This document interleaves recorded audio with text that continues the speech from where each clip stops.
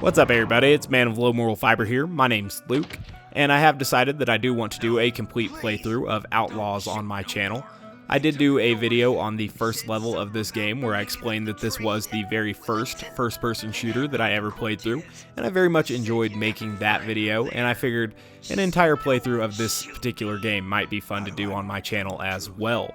I enjoyed recording the footage for this, the second episode, and we're leading in right now with the ending cutscene from the first episode, where we had killed the boss here, and then he's going to tell us where we might go to find more of the whereabouts on our daughter. And so that's what we're going to be doing in this particular episode. We're going to be headed to this little old westerny town and begin shooting up all the bad guys in here. Now, I understand that this particular series might not be incredibly well received. There aren't going to be a ton of people looking on YouTube for a game that came out in 1997, but that's alright to me. I think it's important to enjoy the videos you're making and everything, and I was kind of looking forward to playing more of this game when I got off work today, and so I thought about it, and you know, I do want to do an entire playthrough of this particular game. So even if it's not the most popular series that I'll ever make, it is going to be fun to do, and I hope that some of you will enjoy it. So we're here at the second level, and it plays much differently than the first level. The first level, even though you don't walk through it in a straight line, basically plays kind of linearly. I don't know if that's a word. It plays in a linear style, where you have to go through the three buildings that are available in kind of a preset path, dictated by the keys and the doors that they open. This level plays a lot differently. The boss of this level, that will be the end of this level, will spawn at the point in time at which we have killed 80% of the enemies. So you might have seen there that I just picked up the rifle scope, and now I'm actually using that rifle scope. This level was very memorable to me because this was the first time that I ever got to use a scope in a game. And obviously I still have an affinity for sniper rifle gameplay to this day, and this was kind of the beginning of that. And don't think that I'm done with my overpower level 8 Sniper Zero playthrough for Borderlands 2, that's definitely not the case. I just wanted to take a little bit of a break from it before we started the final campaign DLC, Tiny Tina's Assault on Dragon Keep. So we are eventually going to get back to that. I know that some people had asked about that, and I definitely, want to let you guys know that that's not over. But I was very much enjoying playing through this game, so I figured we'll pepper in some of these videos as well as I begin to expand content on my channel. Now, this game is old and it's not without its faults. You might have seen me trying to shoot this guy from above there.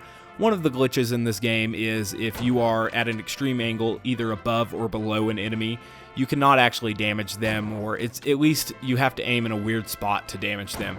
And so that's why I just jumped down and killed that guy with my pistol there. And so, in this level, when I was young, I very much enjoyed trying to snipe every enemy. I didn't know what the goal was or anything like that. I just liked killing these enemies at a long distance. And basically, once we get to 80% of the enemies killed, you'll begin to hear the boss hurl out insults. He's a Hispanic-themed character, and some of his insults are actually kind of funny to me. And this was also the first time I had ever been introduced to stealth elements in a game. You'll notice that that guy's kind of looking out the window there and hasn't noticed that I'm behind him yet. And so if you kind of make noise within an enemy's field of view, they'll notice you and begin to shoot at you then, but you can sneak up on some enemies. And so it was pretty cool that this game has some stealth concepts in it. It's not incredibly well executed, obviously.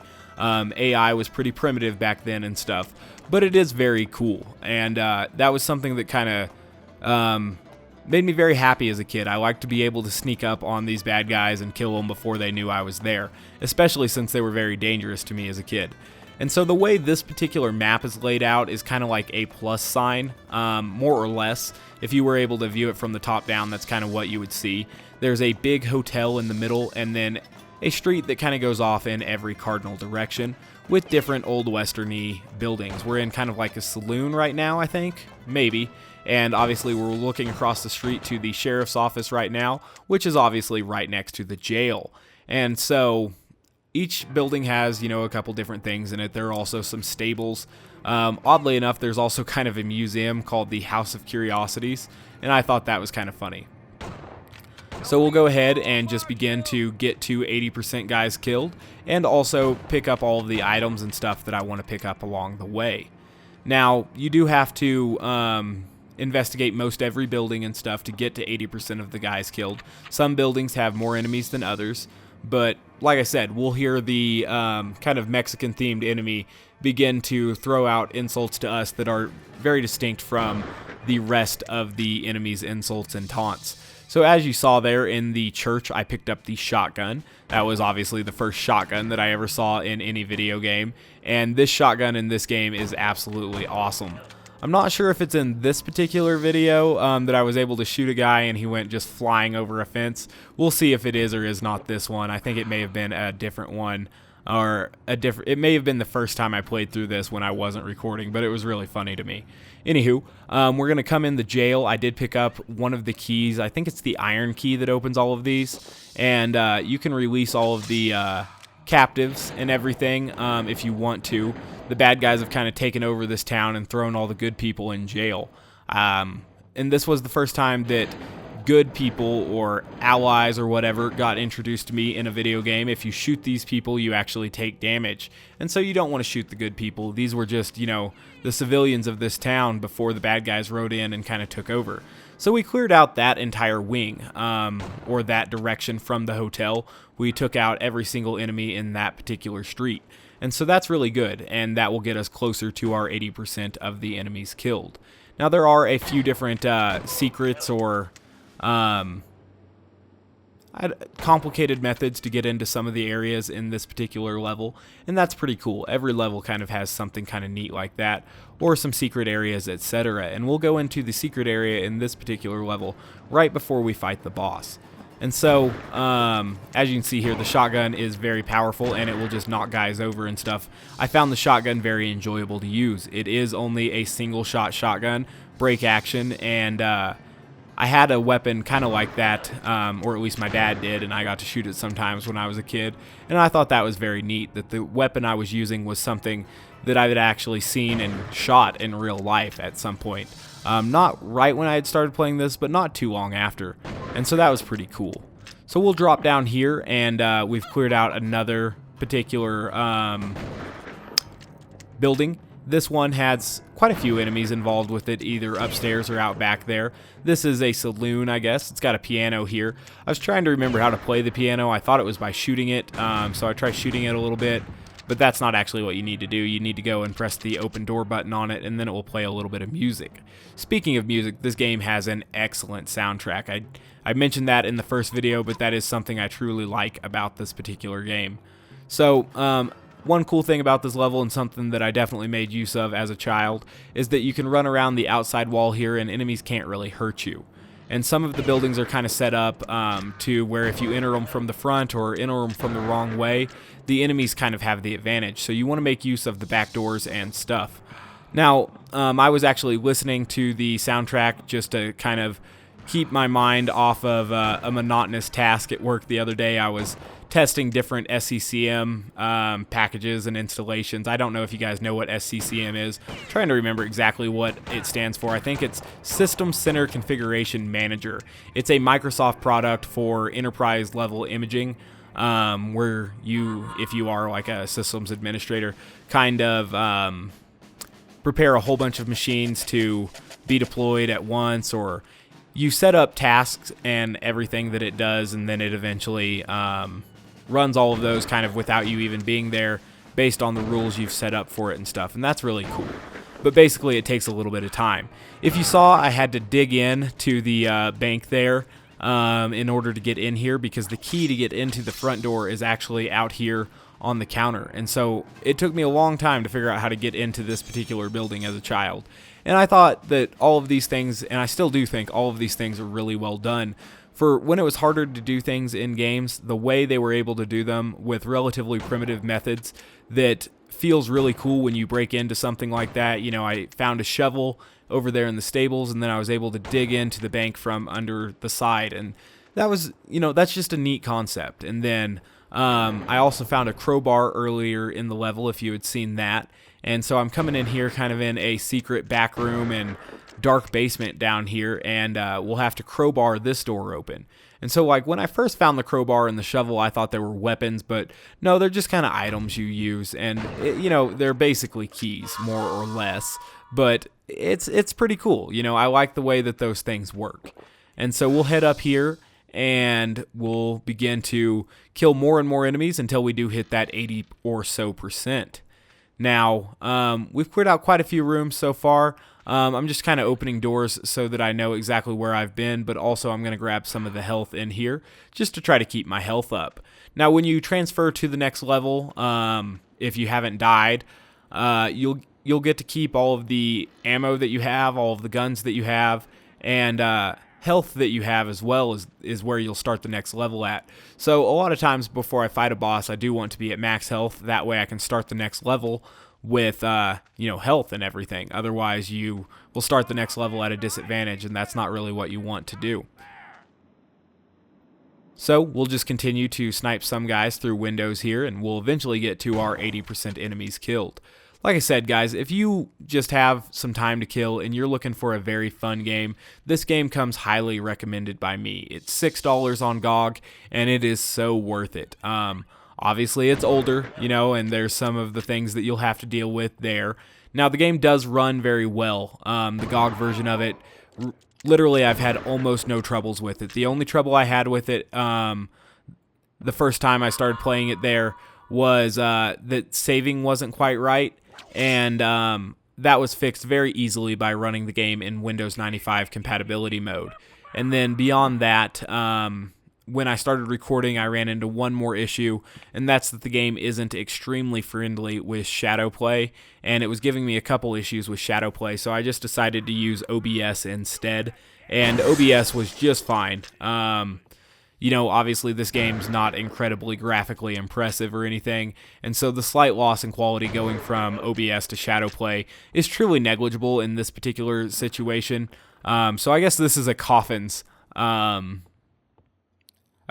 building. That's kind of strange, but you can go in here and you can find another rifle scope. There are several rifle scopes in this particular level. They definitely wanted you to find one there, but there are also some medical bags and an elixir underground there, and so that's pretty cool. Oh, this is the one where the dude flies over the wall. That's so funny to me. I think that's really cool, and I did get funny instances of gameplay like that. With the shotgun when I was playing through it as a kid and everything, and it's really neat. The way the weapons behave. It's not incredibly well, games do better realism now and everything, but each weapon serves a purpose, and, in 1997, I found this to be really cool. And these were all weapons that, my dad or my friends in some capacity had, basically, shotguns, pistols, rifles like this. These were weapons I had seen in real life, and so that was really cool to me. It really stuck out, and I very much enjoyed playing through this game. Like I said, guys, please play this game. If you got the time, give it a shot. It's more fun, just in a raw fun factor to me, than a lot of games that are coming out today. Even Grand Theft Auto 5. That game is, I guess it's really cool. It's not as fun as some people think it is to me, though. So we found the little iron key there, and now we can take that up, and we can go ahead and begin to open up all the rooms up here. And there are quite a few enemies up here in these rooms, so we're probably getting relatively close to having the boss enemy spawn, because we've taken out a few streets now, and like I said, this is probably the most densely packed area in the map, and so this will put us a lot closer to that 80% that we need. And I find that the shotgun is very excellent for just knocking open these doors and clearing out the rooms very quickly. I had shot some of these enemies through walls, I believe, and or through windows rather, and so that's kind of neat. So the shotgun has decent range. Obviously at long range it will begin to not even hit enemies and stuff, but across a relatively decent sized room like that, we were still able to kill enemies, and that's good stuff. Now, this was the first time a game had ever, shown me that different guns were used for different things. And this game, it introduced a lot of concepts to me that stick with me to this day. I very much enjoyed using that rifle as a kid, and that's why I still have an affinity for using snipers in games. And that's really cool. So I haven't heard our boss begin to make noise yet, but I think we'll only have to kill a few more enemies because obviously I'm seeing down here on the timeline that it's not too long until we kill that particular boss. And so we'll want to go into the secret area pretty soon here, and I think I decide to do that as soon as I hear the boss enemy. Maybe we have heard him and I'm just not paying enough attention. Anywho, we're going to go find the secret area. It's basically a well that we can jump into. And down, if you go deep enough into the well, it actually leads to a little secret area that's going to have another sheriff's badge, and it's also going to have the first instance of a boilerplate in the game, and that's basically just, I don't know, a big piece of metal that your character apparently wears on his chest or something, and it protects him from damage for a little bit. It's pretty cool. So I'm headed over there where that is now. This is obviously a street we've already cleared out, but going around the edges here ensures that we won't take any damage from any enemies that I haven't seen yet, which is good. So we'll head down into the well. This was something I found as a kid just by exploring. I didn't know how deep this well went, but I wanted to find out. And sure enough, there is a secret area underneath it. And there are also some spiders here. The spiders will do a little bit of damage to you. Some of them will jump into the water and die, and I kind of just swim because they'll chase you for a little bit sometimes and try to bite at you in the water. That's a little bit irritating, and so then I'll pop back up here and I'll see if any of them are still alive, and we'll blow that up. So we can get the sheriff's badge on the way out. We obviously have to come through this way. I was just looking for any spiders that might still be alive. Now we'll go back here to this secret area. Now there is going to be a dude back here, and it's kind of surprising. If you see him, you might think it's an enemy, and one time when I was a kid, the first time I came down here, I was at very low health, and like I mentioned, if you shoot the townfolk, it does a little bit of damage to you, and so I shot him, and then I died. And I didn't realize exactly what happened because it happened so fast and everything, and then I came back down there and did it again, but this time I didn't die because I came back down there with a little bit more health, and that's when I realized that shooting those enemies was doing damage to me. And so that was a cool concept, and it's a concept that a lot of games still make use of today. A lot of games have a fail state if you kill the innocent people or your allies or anything like that, and so that's pretty cool. So we'll begin to shoot these enemies, and I think pretty soon we'll begin to hear our bad guy. I need to be listening closer. I haven't been listening to the taunts. He might already be spawned. Yeah, I think he is spawned. I've heard him now, and we're getting very close to the point at which in time we kill him.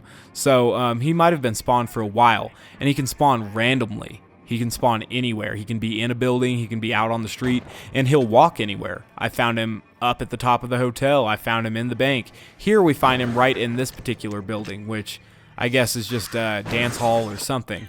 And I wasn't really expecting him to be in there, and so we snuck up on him and we killed him with one shotgun blast there. That was pretty good. Sometimes he definitely takes a little bit more damage than that to kill, and even though we didn't get to see his mechanics, he scoots around very quick. He's very Yosemite Sam-ish, and he fires two 6-shooters at you, and he can deal a lot of damage to you and kill you very quickly. So here we see our daughter going off on the train, and now we're going to see our hero here, James, the marshal, riding up and trying to catch the train. And this was another thing that I just thought to be fabulously cool, like riding your horse fast enough to catch a train. That was so cool, you know what I mean? Obviously a lot of westerns do that, but I hadn't seen western movies at the point in time at which I played this. This was my first western movie as well, and so that's really cool. And so we'll get up to the train here, and we'll get on it in the next video.